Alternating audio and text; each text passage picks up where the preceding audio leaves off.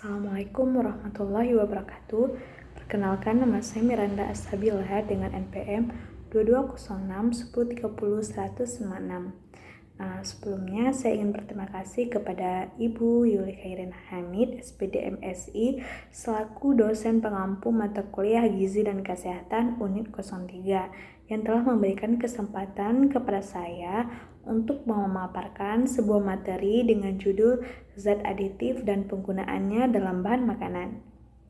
Nah, teman-teman semua, untuk yang pertama kita akan membahas mengenai apa sih zat aditif itu. Nah, zat aditif ini adalah suatu zat yang ditambahkan atau dicampurkan pada saat pengolahan makanan, teman-teman. Baik itu secara sengaja maupun secara tidak sengaja. Nah, seperti yang dapat teman-teman lihat di layar ini, ada sebuah makanan gimana yang di dalamnya itu mengandung gula, mengandung kecap, mengandung penyedap rasa, mengandung saus, dan juga garam, yang mana itu semua merupakan zat aditif pada makanan. Nah, selanjutnya kita akan membahas mengenai fungsi zat aditif. Yang pertama itu adalah memperbaiki tampilan makanan, meningkatkan cita rasa, memperkaya kandungan gizi, dan juga mengawetkan makanan. Nah, oke teman-teman semua, sekarang kita akan membahas mengenai pengelompokan zat aditif ya, yang mana pengelompokannya itu kita kenal terbagi atas dua, yaitu ada zat aditif alami yang mana berasal dari bahan-bahan alami, dan juga ada zat aditif sintetik yaitu berasal dari bahan kimia atau berasal dari buatan pabrik gitu teman-teman. Nah, bisa juga dilihat ya, contohnya itu ada di layar. Yang alami itu ada gula, dan contoh sintetik itu ada sakarin dan aspartam juga teman-teman. Nah, selanjutnya kita akan membahas mengenai pengelompokan zat aditif berdasarkan fungsinya, yaitu ada pewarna pemanis, pengawet, dan penyedap rasa, teman-teman. Seperti yang terlihat di layar di sini, itu ada sirup, ada es buah, saus, yang dimana kalau sirup itu kan ada rasa manis, berarti dia mengandung pemanis dan juga mengandung pewarna. Kemudian juga di saus, nah saus itu juga berwarna merah ya, yang mana berarti dia juga mengandung sedikit pewarna dan juga mengandung pengawet. Nah, jika kita sudah membahas mengenai pengelompokan zat aditif, sekarang kita akan membahas lebih rinci lagi poin-poin dari pengelompokan zat aditif. Nah, teman-teman, yang pertama itu kita akan membahas mengenai zat pewarna, di mana tujuan dari pemberian warna pada makanan itu yang pertama agar terlihat menarik, kemudian menggugah selera makan, dan juga menyeragamkan warna makanan. Kemudian juga menstabilkan warna, menutupi perubahan warna selama proses pengolahan, dan mengatasi perubahan warna selama penyimpanan. Nah, seperti gambar yang di samping teman-teman, dengan melihat gambarnya aja kita bakal ngerasa wah ini makanan ini enak gitu ya. Nah, ini juga merupakan salah satu tujuan kenapa orang-orang memberikan zat pewarna pada makanan tertentu. Nah, selanjutnya zat pewarna ini terbagi atas dua, yaitu ada alami dan non-alami atau sintetik. Nah, teman-teman semua, jadi kita udah sempat menyinggung ya bahwa zat pewarna itu terbagi atas dua, yaitu pewarna alami dan juga pewarna non-alami atau pewarna buatan. Nah, yang pertama kita akan membahas mengenai pewarna alami teman-teman, dimana seperti biasa teman-teman lihat di layar ya, di sini ada beberapa warna teman-teman. Yang pertama ada warna kuning, yang bisa dihasilkan oleh kunyit. Yang kedua ada warna hijau yang dapat dihasilkan oleh daun pandan atau juga bisa dengan daun suji. Nah, biasanya ya, kemudian ada warna coklat ya, ini bisa dihasilkan oleh buah coklat. Dan yang keempat itu ada warna merah. Nah, warna merah ini bisa dihasilkan oleh daun jati. Dan terakhir juga ada warna kuning kemerahan, ini bisa dihasilkan oleh wortel. Nah, kemudian kita akan membahas mengenai kelebihan dan kekurangan dari pewarna alami teman-teman ya. Yang pertama itu kita akan membahas mengenai kelebihannya ini ya. Yang mana kelebihan dari pewarna alami ini adalah aman dikonsumsi teman-teman ya, karena berasal dari alam. Yang kedua, menghasilkan aroma yang enak ya dan juga khas gitu. Nah, adapun kekurangan dari pewarna alami ini adalah biasan pilihan warnanya itu terbatas dan juga warnanya itu tidak setajam dan tidak sekontras pewarna buatan. Nah, teman-teman juga tadi kita sudah membahas ya mengenai pewarna alami. Nah, sekarang kita akan membahas mengenai pewarna non alami atau pewarna buatan ya. Yang pertama itu ada tersanin. Nah, ini menghasilkan warna kuning, teman-teman. Yang kedua juga amaran. Nah, amaranth ini juga menghasilkan warna merah. Yang ketiga juga ada sunset yellow, itu menghasilkan warna orange. Dan yang keempat berlian blue. Nah, ini menghasilkan warna biru ya. Nah, sekarang kita akan mengulik kelebihan dan kekurangan dari pewarna non alami ini ya.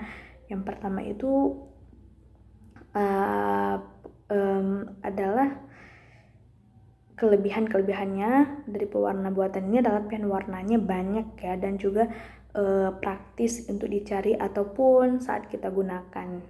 Adapun kekurangan dari pewarna buatan ini itu tidak menghasilkan aroma berbeda ya, atau aroma yang khas, aroma yang enak gitu ya dengan yang alami tadi teman-teman. Kemudian ada pewarna juga yang tidak cocok untuk makanan, dan yang tidak cocok ini teman-teman itu dapat menimbulkan banyak penyakit bagi tubuh kita. Nah, selain itu pewarna makanan yang dilarang ada beberapa ya pewarna makanan dilarang selain yang sudah saya paparkan tadi ya, yang mana tidak kita ketahui ya tidak semua makanan atau minuman itu yang berwarna ternyata aman buat dikonsumsi, tidak semua ya.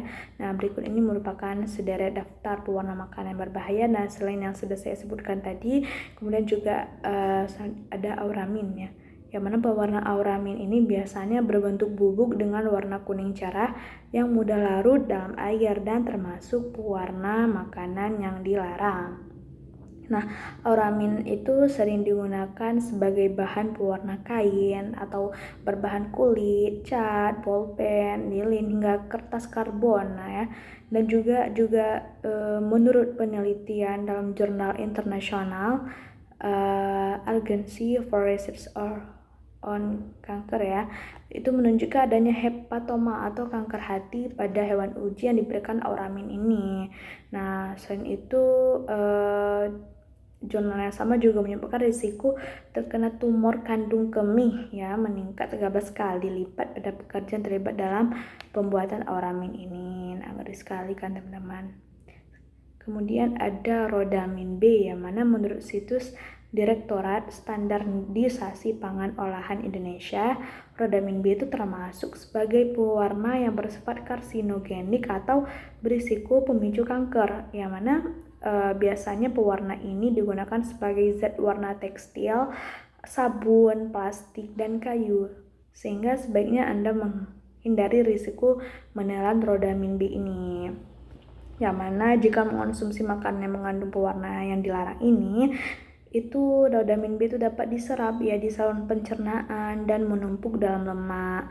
Akibatnya hati bekerja lebih keras ya menetralisasi zat berbahaya ini.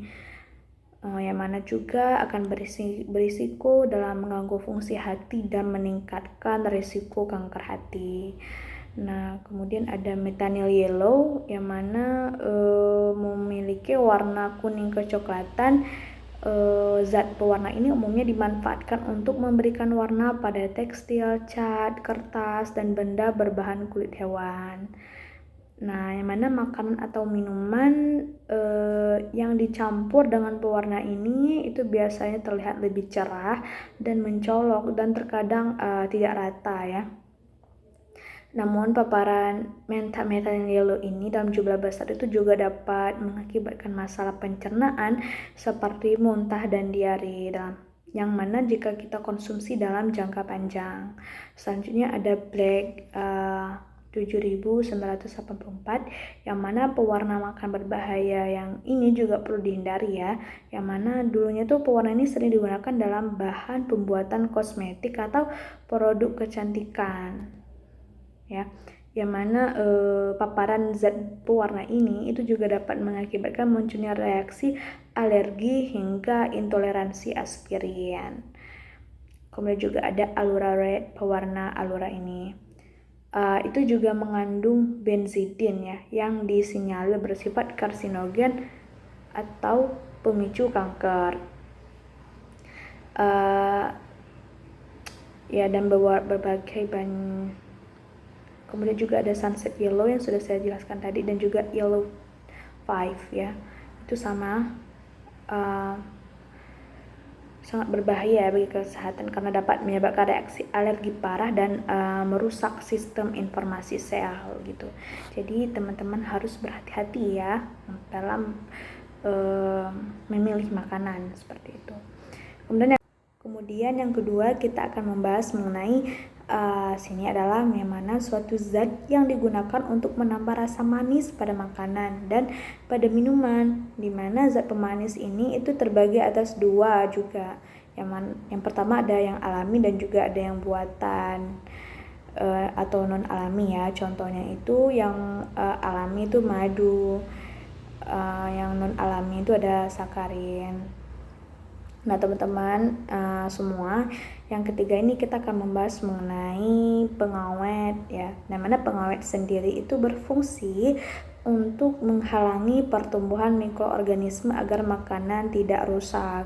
Nah, pengawet tersendiri juga terbagi atas dua, yaitu ada yang sintetik dan juga alami ya, dimana yang sintetis ini contohnya ada natrium nitrit dan natrium benzoat, dan yang alami ini contohnya adalah pengasapan ikan dan buah dalam lemari teman-teman, dalam lemari es ya.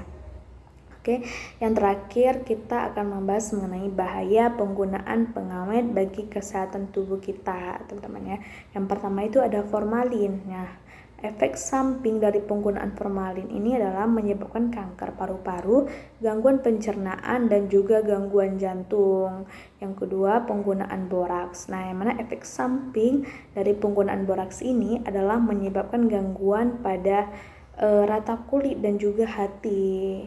Namun, bila digunakan melebihi batas aman, ada beberapa dampak pengawet makanan terhadap kesehatan yang perlu diwaspadai ya, yang mana diantaranya itu yang pertama ada gangguan jantung, yang mana salah satu dampak pengawet makanan terhadap kesehatan bila dikonsumsi berlebihan adalah dapat meningkatkan risiko gangguan jantung, yang mana bahan pengawet makanan terutama yang mengandung garam dapat menyebabkan pembuluh arteri mengeras dan menyempit hingga memicu tekanan darah tinggi atau hipertensi, yang mana bila dibiarkan ya, kondisi ini bisa mengganggu kerja jantung dan meningkatkan risiko terjadinya serangan jantung.